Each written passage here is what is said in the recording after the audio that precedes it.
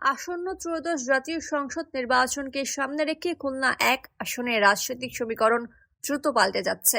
মাঠ পর্যায়ে পরিস্থিতি ও সাম্প্রতিক প্রচারণা বিশ্লেষণে বাংলাদেশ জামাত ইসলামীর প্রার্থী কৃষ্ণ নন্দীকে ঘিরে বাড়ছে আলোচনা।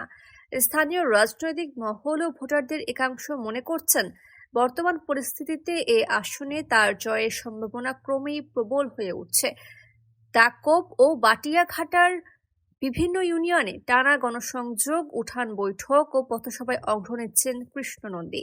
উপকূলীয় জনপদের দীর্ঘদিনের অবহেলিত সমস্যা, নদী ভাঙন, লবণাক্ততা, সুপেয় পানির সংকট, কৃষি ও মৎস্য খাতের ক্ষতি এবং কর্মসংস্থানের অভাব নিয়ে স্পষ্ট বক্তব্য ও বাস্তবসম্মত পরিকল্পনা তুলে ধরছেন তিনি। এতে সাধারণ ভোটারদের মধ্যে ইতিবাচক সাড়া মিলছে বলে স্থানীয়রা জানান। বিশেষ করে তরুণ ও মধ্যবয়সী ভোটারদের মধ্যে কৃষ্ণ নন্দীর জনপ্রিয়তা চোখে পড়ার মতো।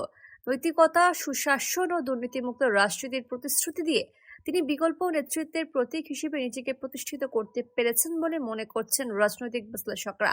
দীর্ঘদিনের রাজনৈতিক বঞ্চনা ও উন্নয়ন বৈষম্যের বিরুদ্ধে ক্ষোভ ও তার পক্ষে কাজ করছে। জামায়াতের নেতারা বলছেন, এ আসনে তাদের সাংগঠনিক শক্তি এখন অতীতের যে কোনো সময়ের তুলনায় সুসংগঠিত। কেন্দ্র থেকে তৃণমূল পর্যন্ত নির্বাচনী প্রস্তুতি প্রায় সম্পন্ন। ভোটের দিন অনুকূল পরিবেশ নিশ্চিত হলে বিজয় ছিনিয়ে আনার ব্যাপারে তারা আশাবাদী। স্থানীয় রাজনৈতিক পর্যবেক্ষকদের মতে, বড় দলগুলোর অভ্যন্তরীণ বিভাজন ও ভোট ভাগাভাগির বাস্তবতায় কৃষ্ণ নন্দীর সামনে সুযোগ তৈরি হয়েছে।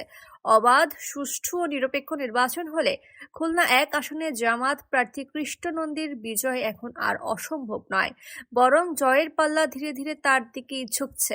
সব মিলিয়ে খুলনা এক আসনে কৃষ্ণ নন্দী এখন শুধু একজন প্রার্থী নন, বরং সম্ভাব্য বিজয়ী হিসেবেই তাকে বিবেচনা করছেন অনেকেই।